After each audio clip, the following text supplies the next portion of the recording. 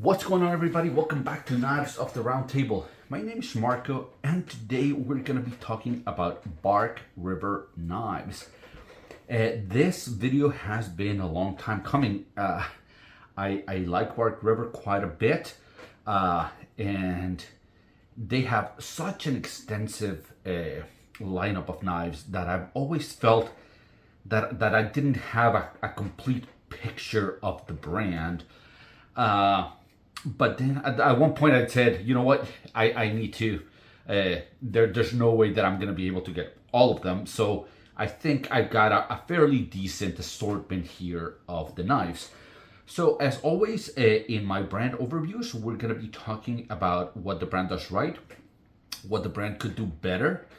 We're going to be talking about, an iconic line, a knife in their lineup. And we're gonna talk, if you want to get, dip your toes into Bark River, which knife I would recommend that you start with.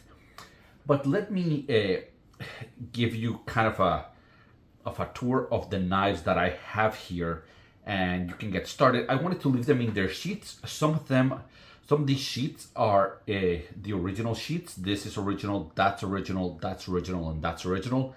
These two are not. These two are aftermarket, and we'll talk about that here in a little bit. This one, I think this is my latest acquisition right here. This is the Bark River Strike Force 2. And then this one is the Bark River Cub. And if you see that, I'm gonna clean them up, but they've been, I keep them oiled up most of the time. This is the Squad Leader.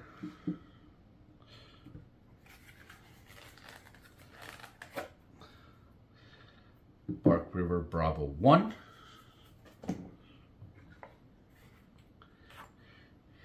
This is North Country EDC. And this one finally is the Bravo Sentry. Okay, we've got kind of an assortment here of both steel. We've got CPM 154 for these two. We've got Crewwear for this one, and 3B for these three. Okay, so let me tell you. Let me start by saying that I'm a huge fan of Bark River knives. Right. If you see this lineup here, you understand that I really enjoy their knives. I think as far as fixed blades go, if you had to pick one brand, and you could only collect one brand for fixed blades, Bark River would be it. I think their selection, their assortment, their variety is second to none. So what you see here is, the Strike Force 2, which is my largest blade that I have for Bark River, is nowhere near to the largest blade that they make. Okay, this is the Bravo 1. They make a 1.25, 1.5, Bravo 2, and they get to be very, very large knives. I just, in my uses, camping, bushcraft, just those kinds of things, that's probably about the largest knife that I need. I'm usually kind of in this range. This is more of I keep it in at camp kind of knife. So, but I feel that with this assortment, I can show you all of the things that Bark River does. So let me get started. What does the brand do right? And I think variety. I think if you look at this lineup, okay, there's probably another 40 or 50 models of Bark River knives that go from a little bit smaller to much bigger than this. Okay, so the chances that you find a blade that has the thickness that you're looking for, the length that you're looking for, the grind that you're looking for, it's very high. Okay, it's very likely if you want, a little bit of a taller blade, or if you want a bit of a more nimble blade, or if you want a thicker blade, if you want any of those things, you're gonna find it in Bark River knives. More than that, they work with a lot of different steels. Okay, they've done a lot of work in 3V, and that's what you see in a lot of my knives. I think it's an excellent choice for fixed blades for sure. They've started to do crewwear. I like crewwear quite a bit. I'm not a huge fan of CPM 154. I think it's kind of a little bit of a dated steel. It's not a bad steel by any stretch of the imagination, but I do think that that nowadays there's better steels out there. So you have a variety of steels. They have D2, A2.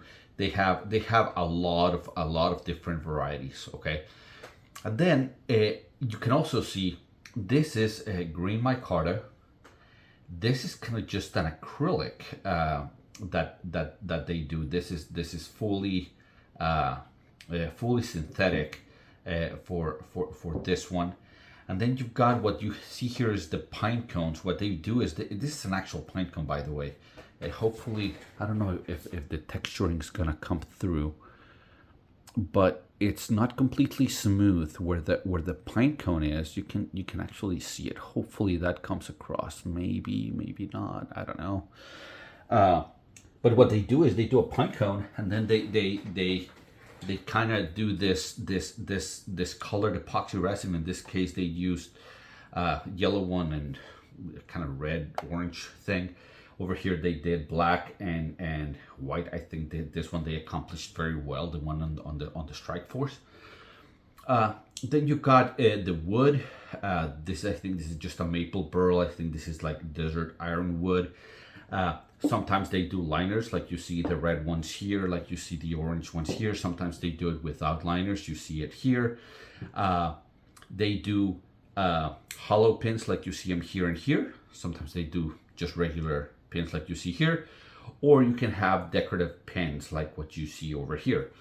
So, and in some of these, there's pre-orders. So you can whenever, if you go to one of the dealers, DLT, Knife Ship Free, one of those, they have pre-orders for, when they're coming up with one of them, and you can actually have the one that you want made. I had this one made to my specs, this one made to my specs, and I believe this one made to my specs. In other words, I chose the wood, I chose the pins, I chose the colors, I chose everything about it. So that's something that the brand does really well. Variety is something that the brand does really well, and I'm gonna keep going here because I think that they do so many things well. I think fit and finish is outstanding on these knives. Most of these are ground by hand. They most of them have a convex grind. At least all of the ones that you see here, they have a convex grind. It's not flat, it's convex, and that's for durability of fixed blades. So the fit and finish is outstanding, but I think that one of the areas that Bark River excels is in the ergonomics. They have this kind of Coke bottle shape to most of their knives. So they're contoured in this direction, You can obviously see here. So it's extremely comfortable to use these knives. These are, they just go to your hand so well. And even though they've got all of this contouring, getting them in different grips, hammer, saber, reverse, all of these things, the ergonomics are just phenomenal. Not many knife makers achieve this level of ergonomics on their knives. I think they do incredibly well with their ergonomics. I think they do an outstanding job. So I think all of those things are the things that the brand does well. I think that they are an outstanding, and if you see here 6 knives. They're not cheap knives by any stretch of the imagination, but I would highly recommend them. And the fact that you see 6 of them here on my table, it tells you that tells you what I think about them. The thing that they could do better, I think it's their latest version of sheaths. Okay, in their latest version of sheaths, and I'll in a second here I'll actually, yeah, I wanted to find one, but let me show you. So their latest sheets. No, you know what? I am gonna go get it. Just give me 30 seconds and I'll get you a sheet.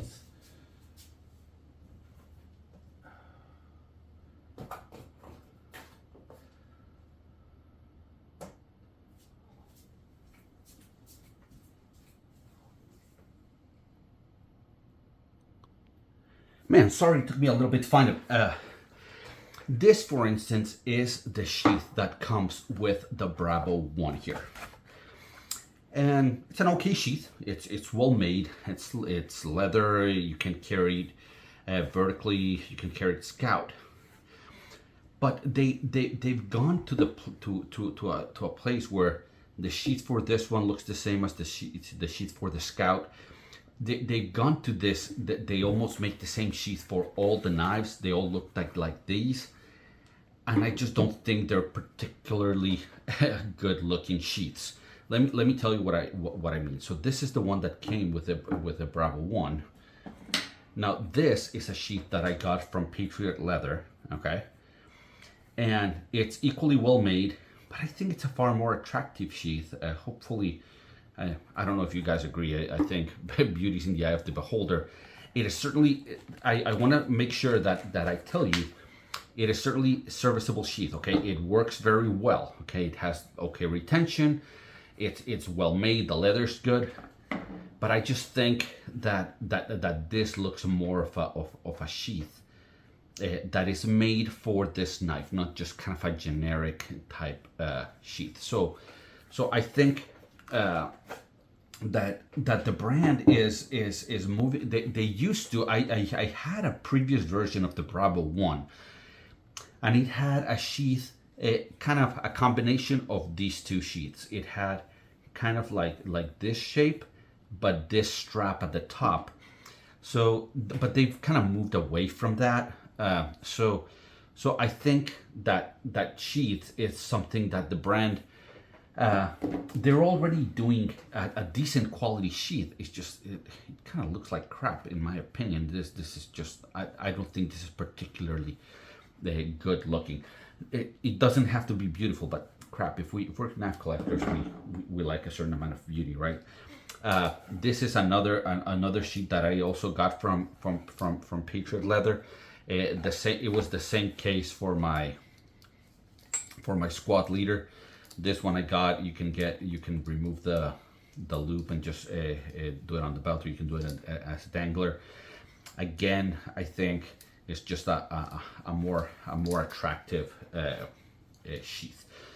So I don't think there's many other things that the brand could do better. I think they do a lot of things right. I just think that their sheaths, I hope that they put as much attention. Their knives are so well made, so they're functional, they're beautiful, they're aesthetic. They've got all these things going for them, and this type of sheath feels like an afterthought a little bit. Okay, so when I usually try to get an aftermarket sheath, but then you're spending another whatever $60-$70 on an aftermarket sheath. Not ideal if you're already buying an expensive knife and you're just gonna throw that back in its box, right? So I think that's something that the brand could do better. So iconic knife in their lineup. Whenever I started collecting fixed blades, I came across DLT Trading, and they're phenomenal, by the way.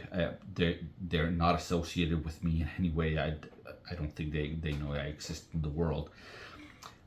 But I saw an interview that the owner, I think his name is Jason, he did this interview and they asked him what his favorite knife was. And he said that his favorite knife was the Bark River Bravo 1. And that's the first knife that I ever bought from Bark River, and it was based on that recommendation. I think, when you meet people that have been in the knife world for a long time, when you meet people, somebody like the owner of DLT Trading, he has access to basically every knife out there. If they tell you that they like something, if they tell you their favorite knife, I think it's a good idea to listen. I really think it's a good idea to listen. I'm really glad that they did, because I think the Bravo 1 is iconic. I think it's an outstanding size knife. Just a very good belt knife. To kind of jack of all trades kind of knife. I think this is an iconic knife. I think it's really, really well made. It's really well thought out. They make it in a variety of different versions. The Bravo 1. There's the Bravo 1.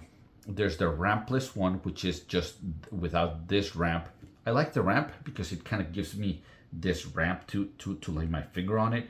And I don't think that the rampless does anything that the ramped one cannot do. And this one just feels more secure in my hand. I like the one with the ramp, but there's a rampless version if you want. And then this one it's a fairly thick knife. It's a 1/4 inch thick of CPM 3V. But they make an LT version, which is kind of a thinner version. I think it's kind of in the neighborhood of what the North Country EDC version of the knife is. So it's I don't have man, I just stabbed the crap out of my thing. I don't think I don't like the LT version of the knife personally. I've always just done the full version of the knife, but I think this is the iconic, what I would say is the iconic knife in the Bark River lineup. And the fact that you can see there's a Bravo Sentry, there's a Bravo 1.2.5, 1.5, 2. They've done a lot of work on the Bravo lineup. Okay, so, and look, I'm gonna say it this way. I'm gonna give you a recommendation. If you want to try Bark River knives, I would highly recommend that you start with the Bravo 1. Unless you really need a very large knife for the stuff that you do. In that case, you can go with the Bravo 1.5, okay?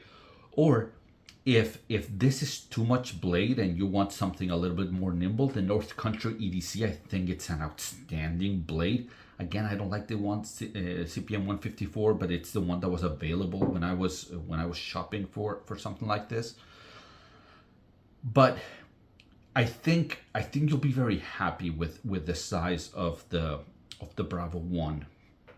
At the time, I had a video that I did as one knife for the rest of my life, and for that one I chose the Squad Leader, and it's just a tiny bit bigger, a tiny bit taller. It was more based on durability, or rather than usefulness. I think these are very useful, or have very similar uses. They have very similar thicknesses, sizes. I like that this one has the lanyard. But if I had to tell you, hey, go give Bark River a try, I would definitely start here. Right now, I think you can find the Bravo 1. They just came up with a crewwear version, so you can go look for it right now. These are a little harder to find right now. You can find this one. This one also came out relatively recently. I think you're gonna have a hard time finding the Squad Leader. And I think you can. This one came out a little while ago, but I think you can still find some of the Cub. And the Cub, it's kind of a weird hybrid. It's kind of a longer blade, but it's not quite as thick as what you got with the Squad Leader or the Bravo. It's a little bit of a shallower blade. It's a little bit more nimble. You know, I think it's a beautiful knife. But again, if I had to recommend, hey, you never had a Bark River in your life, go try one. I would recommend the Bark River Bravo 1. And right now it's in crew wear, and I think that's just crazy good. Just go get one of these. Guys, hopefully this has been helpful to you. If you enjoyed it, if you liked it, if you think that I earned it, then like and subscribe. But only if I earned it. Only if you want to see more of this content.